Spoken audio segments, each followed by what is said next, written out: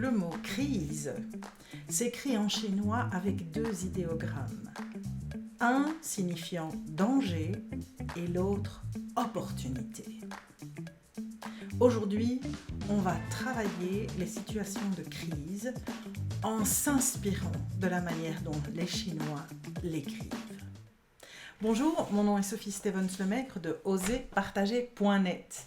J'aime les mots, j'aime la communication, j'aime les interactions entre les personnes quand elles sont bienveillantes, respectueuses et efficaces. Et donc, j'essaye, autant que faire se peut, de mettre à ta disposition des outils et des informations qui t'aident à prendre conscience de nos mécanismes, de nos interactions, de ce qui peut les motiver, de ce qui peut les faire dérailler, comment nous pouvons améliorer notre perception des choses et notre communication pour pouvoir gagner en confiance en soi et progresser un petit peu plus tous les jours.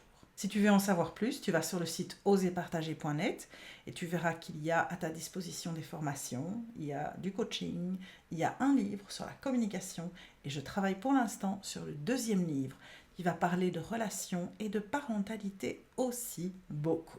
Donc aujourd'hui, nous allons travailler cet idiome chinois que j'ai trouvé vachement intéressant parce que j'ai en fait entendu cette explication lorsque j'écoutais, je visionnais très exactement l'interview du docteur Gabor Maté dans le cadre d'un podcast qui s'appelle The Diary of a CEO. Si tu le cherches, tu le trouveras sur Internet. C'est très intéressant et très passionnant d'écouter ces gens qui, avec leur expertise, t'apprennent progressivement des choses sur les réactions humaines, sur les traumatismes que les gens vivent, sur les conséquences de certaines situations que tu vis et en quoi cela va impacter ta vie, ta manière d'évoluer et les réactions que tu vas avoir. Et donc, à un certain moment, il a parlé de cette terminologie, du mot crise, crisis en anglais. Et il disait, ça se symbolise en fait en chinois par deux idiomes, donc deux de ces signes chinois. Je ne suis pas spécialiste au niveau de la Chine, donc je n'y connais pas grand-chose, qui signifient donc danger et opportunité. Alors, crise égale danger. Souvent, c'est le cas. Lorsque tu te trouves dans une situation qui va provoquer une crise, c'est que quelque chose a déraillé, c'est que quelque chose n'a pas fonctionné et éventuellement que tu es en danger. Donc, la première réaction dans une situation de crise, c'est attention, où est le danger? Que se passe-t-il? Qu'est-ce que je dois faire? Est-ce que je dois me protéger? Et donc, c'est en fait quelque part une réaction primaire qui est la première qui est engendrée lorsqu'une crise se passe. Alors, ça peut être quoi? Ça peut être un tremblement de terre que tu commences à sentir en dessous de tes pieds. Attention, danger.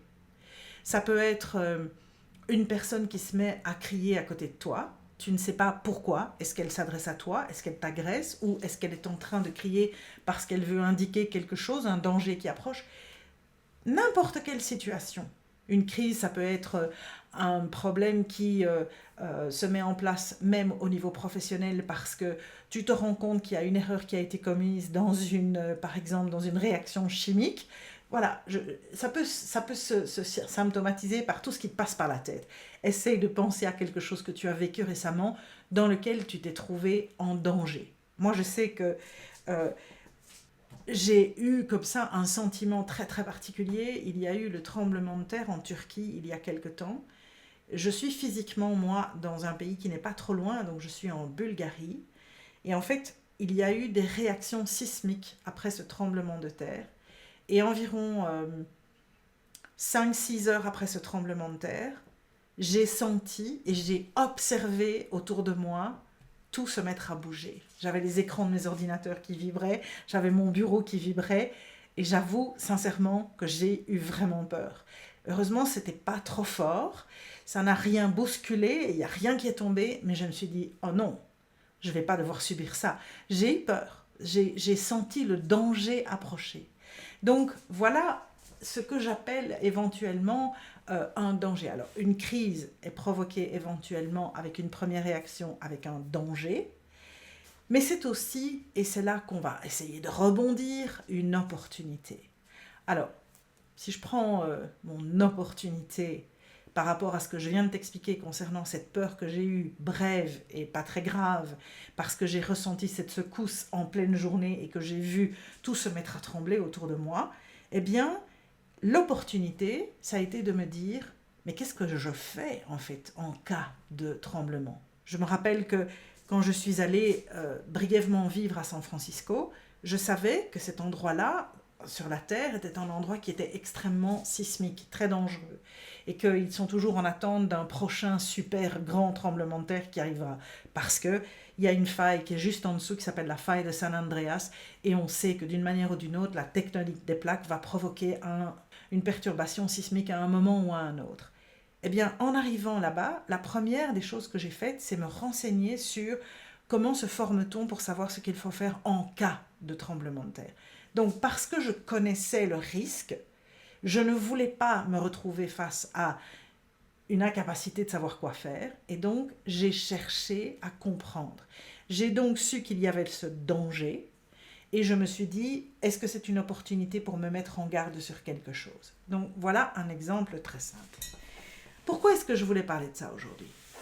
Eh bien, parce que je pense que trop souvent, lorsque nous sommes dans des situations de crise, nous observons le danger, nous nous attachons, nous nous focalisons sur la situation de difficulté que nous vivons, mais est-ce que nous prenons le temps d'essayer de rebondir et de voir dans ce que nous venons d'expérimenter une opportunité pour sortir de cette situation et pour que, face à cette même problématique lors d'une prochaine situation, on ne réagisse pas de la même manière. Pour moi, c'est quelque chose que j'ai expérimenté et je vais te donner un exemple qui n'a strictement rien à voir. Je vais te donner un exemple dans l'éducation de mes enfants.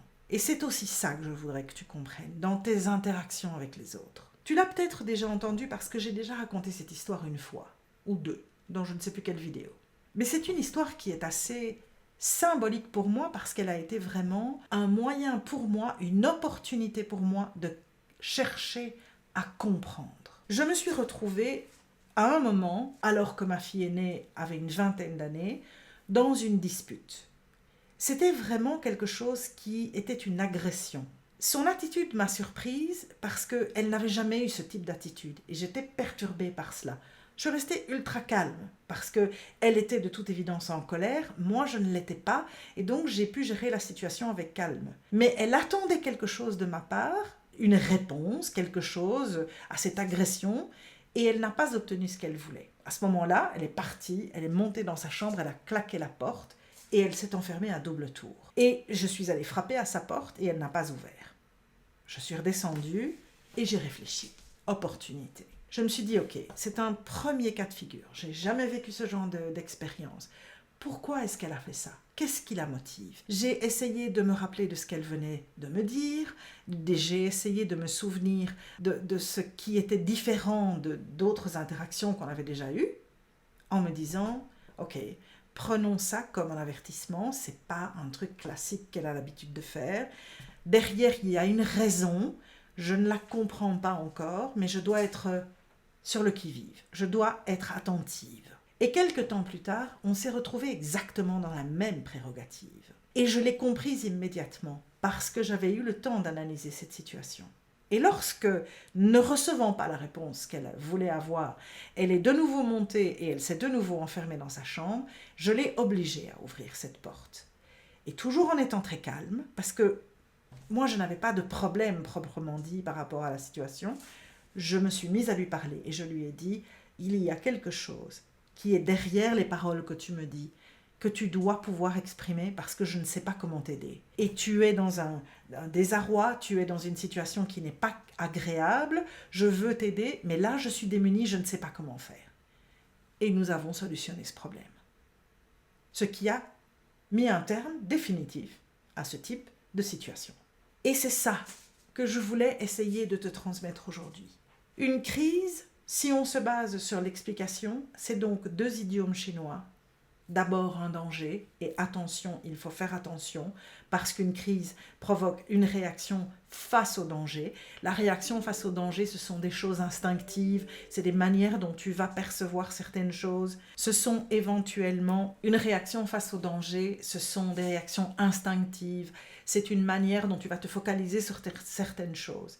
Tu dois aussi te rappeler que tu vas réagir d'une certaine manière dans une même crise, tu prends une autre personne à côté de toi, elle ne va peut-être pas du tout réagir de la même manière. Donc, la première partie de cette situation de crise, c'est la partie danger. Comment est-ce que je réagis? Qu'est-ce que je dois faire? Quelle est la priorité que je dois mettre? Comment est-ce que je me protège de ce danger? Mais la deuxième partie du mot crise, c'est l'opportunité. C'est la possibilité de pouvoir réfléchir, de pouvoir te rendre compte que peut-être, si tu t'en étais rendu compte plus tôt, tu aurais pu réagir différemment et que si ça devait encore arriver, tu sauras comment mieux agir. C'est aussi te poser la question de savoir, est-ce que j'ai déjà expérimenté cela? Sinon, eh bien à ce moment-là, réfléchir à la manière dont tu l'as vécu et te poser la question, est-ce que j'ai bien agi? Est-ce que c'est la meilleure des solutions? Est-ce que j'aurais pu faire autrement? Et réfléchir à ces opportunités.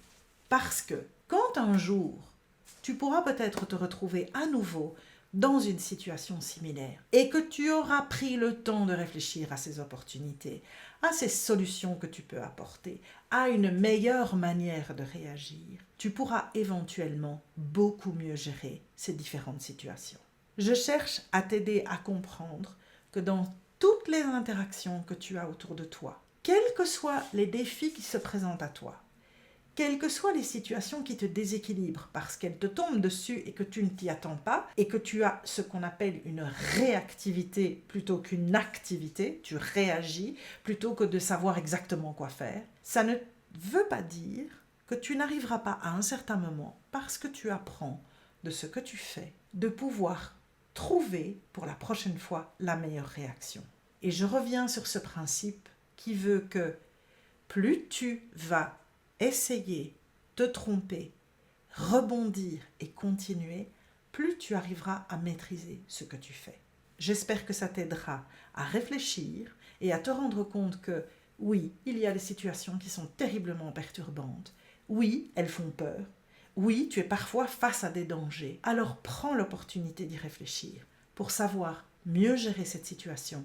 Si un jour, la même situation ou une situation similaire devait se représenter, et c'est valable partout, dans les interactions que tu as avec n'importe qui, et ça t'aidera éventuellement à pouvoir mieux gérer les prochains défis qui seront devant toi.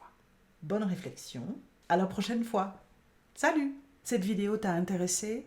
Tu y as puisé quelques informations qui pourraient être utiles? Alors pourquoi ne pas la partager avec quelqu'un dans ton entourage, quelqu'un qui ne connaît peut-être pas encore la chaîne? Et si tu veux en savoir plus et continuer à pouvoir quelque part t'informer, voire éventuellement apprendre, je t'invite à souscrire à cette chaîne et n'oublie pas de cliquer sur la petite cloche de manière à être averti chaque fois qu'il y a une nouvelle vidéo disponible. Tu vas me permettre de faire grandir cette chaîne et de pouvoir avoir un peu plus d'impact auprès des personnes qui ont vraiment besoin d'un peu de soutien. Merci beaucoup.